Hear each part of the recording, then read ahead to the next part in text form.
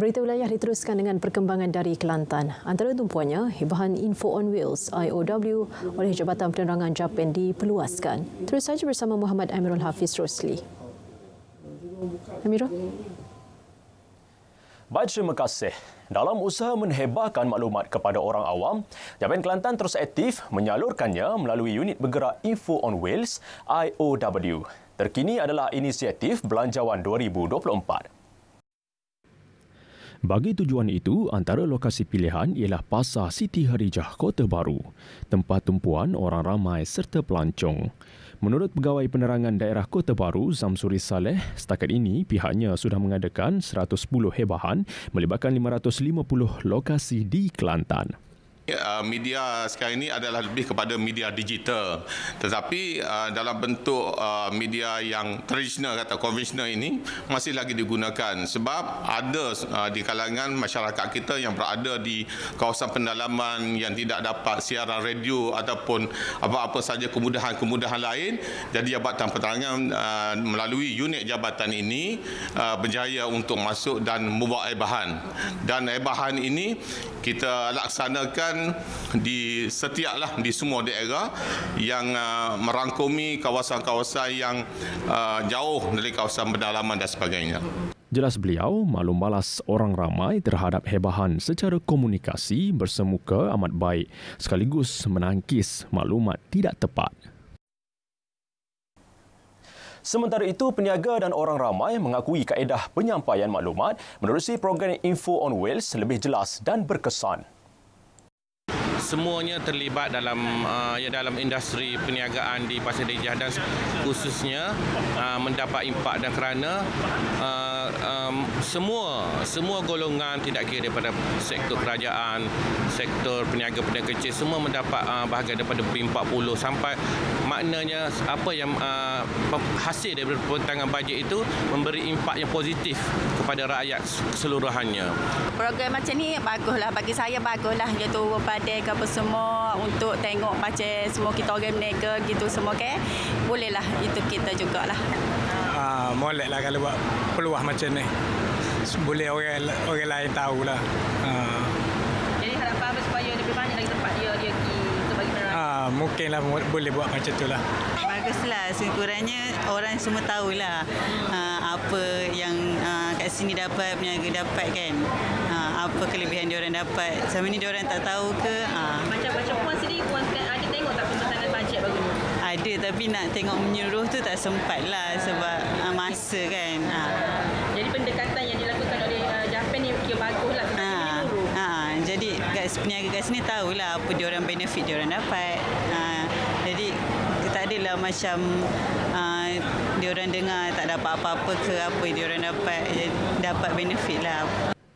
IOW merupakan inisiatif Jabatan Penerangan dalam mempelbagaikan kaedah penyampaian, maklumat dan dasar-dasar kerajaan melalui hebahan unit bergerak sebagai medium perantara. Universiti Malaysia Kelantan UMK melebarkan sayapnya ke Asia Barat bagi menjalinkan kerjasama akademik dan penyelidikan. Untuk itu, satu majlis menandatangani surat niat LOI dengan sebuah universiti terkemuka di UAE sekalian University College SUC City University of Sharjah di Dubai diadakan. Majlis menandatangani LOI disempurnakan Timbalan Naib Chancellor Akademik dan Antarabangsa UMK Prof. Datuk Dr. Nid Maheran Nid Mohamad dan Naib Chancellor SUC Prof. Muhammad In Airat di Dubai, Emirat Arab Bersatu UAE. Menurut Prof. Datuk Dr. Nid Maheran, dalam tempoh terdekat, UMK dan SUC akan meneruskan agenda kerjasama untuk perkongsian kepakaran masing-masing dalam beberapa bidang akademik dan bidang penyelidikan. Beliau berharap dengan lawatan kerja ini, UMK dapat meneroka lebih banyak peluang kerjasama dengan beberapa institut pengajian tinggi dan industri yang berpotensi untuk masa depan. 3 elemen utama dibincangkan iaitu akademik, penyelidikan dan program mobiliti pelajar dan staf. Jelas Prof. Datuk Dr. Nid Maheran, kerjasama ini juga adalah bagi menyahut aspirasi Kementerian Pendidikan Tinggi dalam menyediakan graduan universiti dengan gaji premium. SUC merupakan antara universiti tertua di Dubai yang turut menjalinkan kolaborasi dengan 7 buah universiti di Malaysia. Tidak mahu sumber pendapatannya tertangguh menjelang musim Tengkujuh, seorang pembuat seni anyaman barangan tradisional tidak menang tangan menyiapkan tempahan. Menurut Hazrina Awang Mamat, 55 tahun, proses menyiapkan satu tudung saji daripada buluh mengambil masa kira-kira 1 hari bergantung kepada saiz. Untuk itu, katanya, dia mula menolak tempahan pada bulan November dan Disember kerana kesukaran mendapatkan bahan.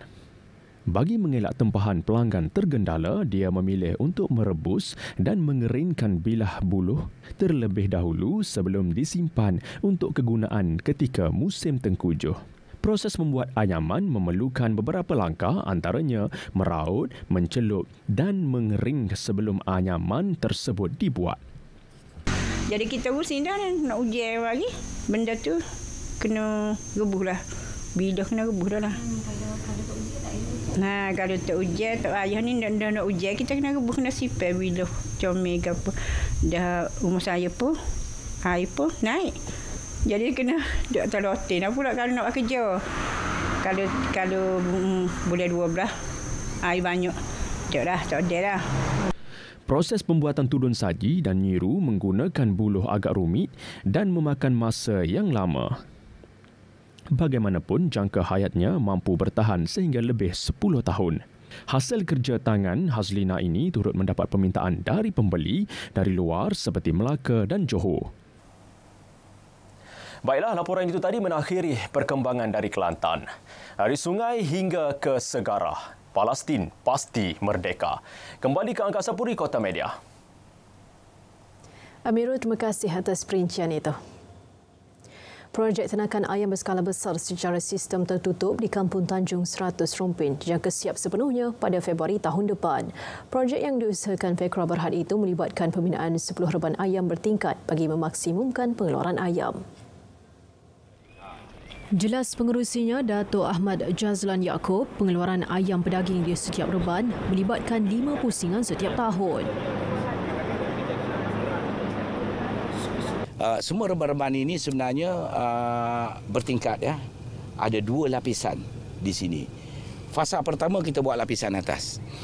Fasa yang kedua untuk 10 reban pertama dan begitu juga untuk 10 reban selepas ini juga kita akan maksimalkan penggunaan reban-reban ini, yang mana kita akan menggunakan juga lapisan di bawah ini untuk kita doublekan, gandakan pengeluaran ayam. Maknanya kalau 1.5 juta ekor ayam, kita akan cuba usahakan supaya ia menjadi 3 juta ayam, ya.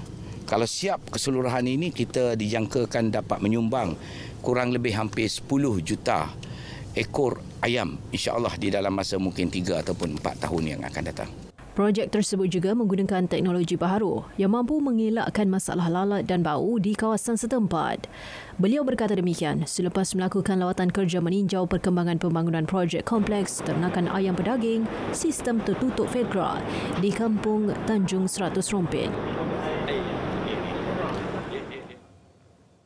Seorang remaja maut selepas motosikal ditungganginya terbabit dalam satu kemalangan dengan sebuah lori trailer di Kemaman lewat malam tadi. Kemalangan berlaku kira-kira jam 12.10 malam di kilometer 5 Jalan Air Putih Cukai berhampiran Kampung Binjai, Kemaman. Mangsa Muhammad Shah Iqbal Abdul Rashid, 21 tahun, dari Kampung Pengkalan Binjai meninggal dunia di lokasi kejadian akibat kecederaan parah pada kepala. Kemalangan dipercayai berlaku apabila motosikal mangsa dikatakan gagal mengelak lalu merempuh belakang sebuah lori trailer yang diparkir di bahu jalan. Mayat mangsa dihantar ke unit forensik Hospital Kemaman bagi proses bedah siasat. Pemandu trailer terbabit 54 tahun direman selama 3 hari sehingga Ahad ini bagi membantu siasatan.